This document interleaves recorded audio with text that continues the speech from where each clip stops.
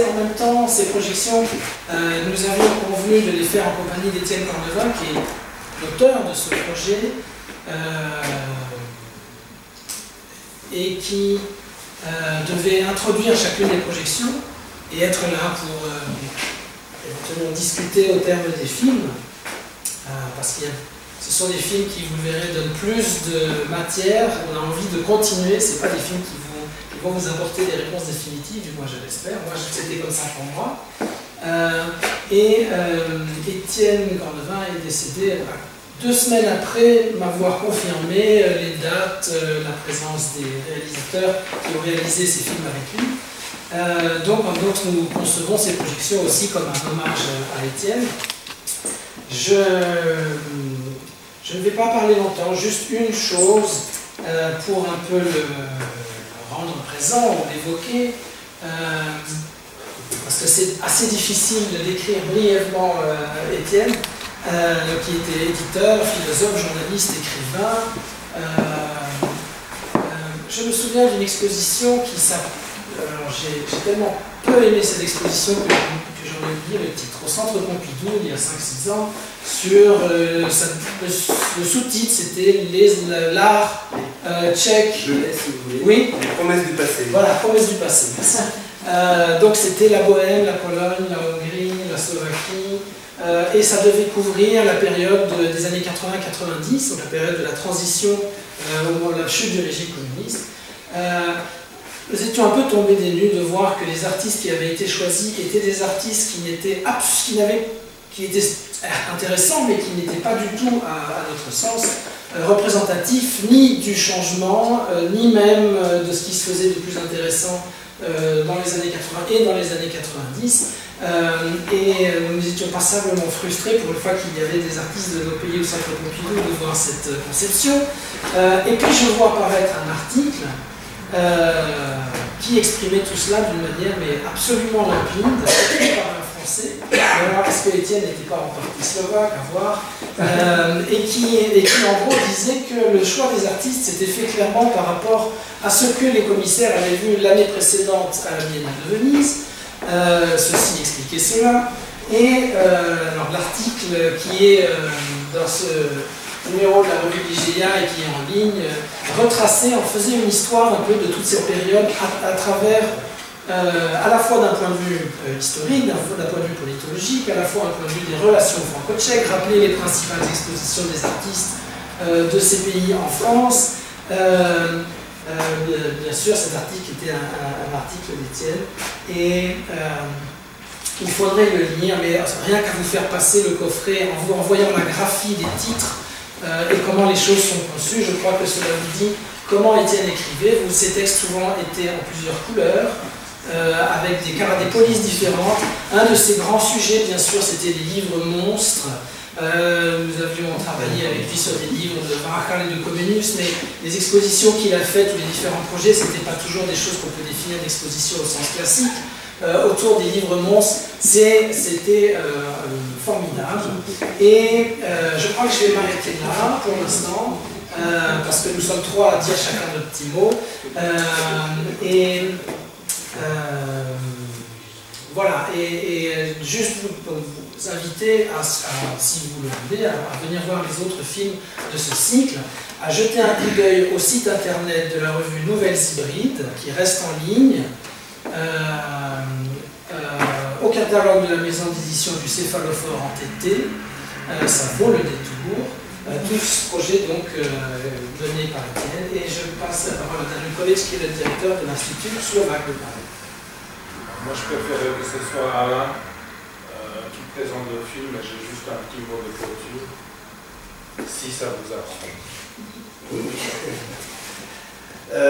Par quoi peut-être commencer par le livre d'Étienne Cornevin, puisqu'après tout, c'est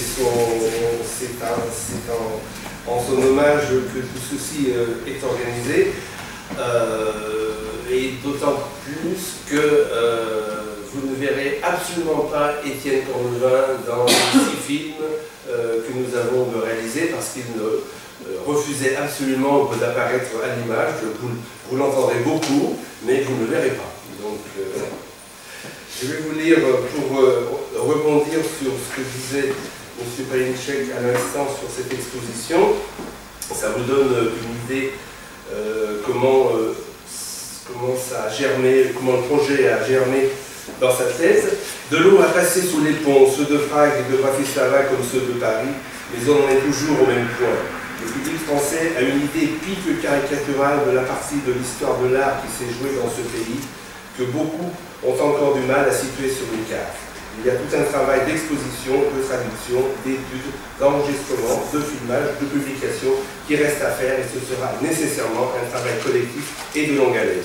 Voilà, c'est à la suite de cette exposition que petit à petit cette idée a germé dans sa tête. Et donc il a décidé d'appeler ça les ateliers de curiosité. Pourquoi? Je cite donc Étienne. Pourquoi un tel titre? C'est la faute à Rudolf Fila. Chaque fois que je suis à nouveau dans l'atelier bibliothèque, j'ai l'impression d'une densité artistique et poétique analogue à celle que semble avoir eue la bibliothèque atelier d'André Breton, celle d'un cabinet de haute curiosité. Je souhaitais depuis longtemps garder un souvenir vivant de ce locus solus, et le film en a été le moyen au-delà de mes espérances mêmes. En réfléchissant aux autres artistes slovaques ou tchèques dont j'aimais et défendais le travail, je me suis aperçu que la plupart d'entre eux faisaient aussi des choses qui, outre leur qualité d'originalité, de force et d'intelligence, relevaient aussi de ce mélange de magie artistique et d'humour qui caractérise les hautes curiosités. De là à l'idée de faire des films centrés sur les ateliers où s'élaborent et se conservent ces merveilles inconnues des anciens et de nombreux modernes, il n'y avait qu'un pas, vite franchi. Je m'assurais de l'accord des principaux intéressés et écrivis une sorte de déclaration d'intention pour que nous puissions avoir l'air de savoir où nous allions. Voilà. Et nous sommes partis donc à trois, Bastille, moi et Étienne, et nous avons en très peu de jours réalisé ces entretiens.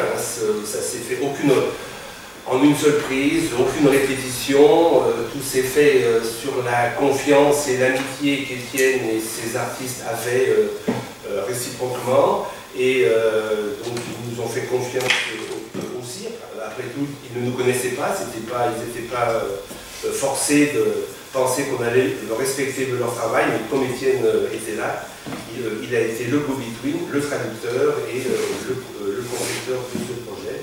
Voilà, je vais m'arrêter là, peut-être que je répondrai à des questions après, mais voilà, je pense que ça donne un petit cadre.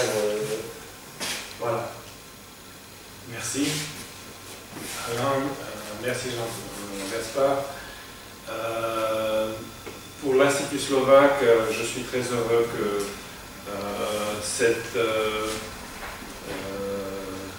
ce petit festival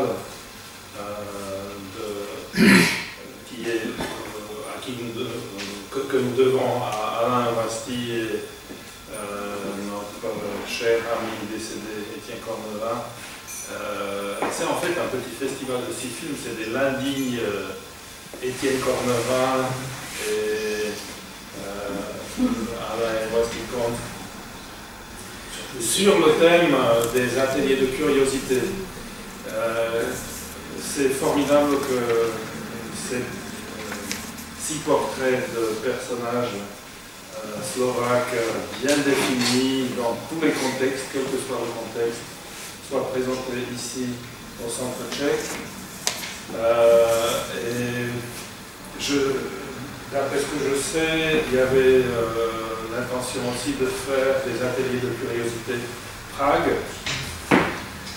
Ce projet n'a malheureusement jamais vu le jour, mais ça reste un challenge qui la relève.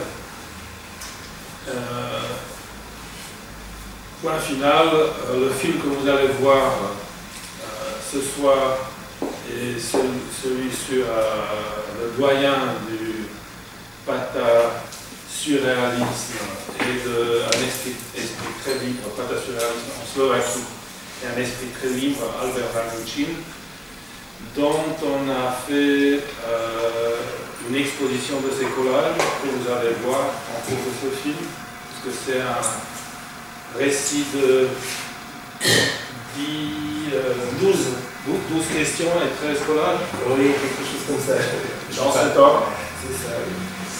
Et malheureusement, alors que je descendais à Bordeaux pour inaugurer l'exposition, et on était à peu près à la hauteur du Châteauroux où Étienne vivait, et donc on savait déjà qu'il n'en pas très bien.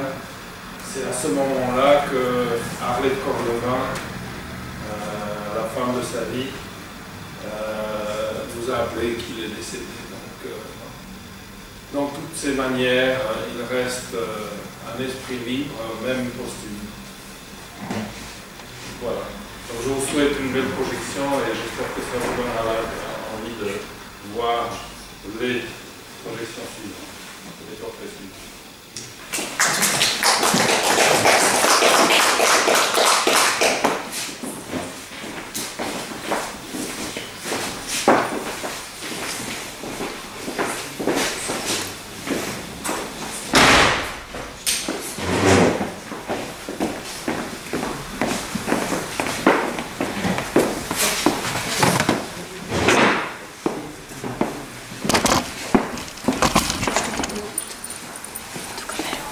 Secondo te ci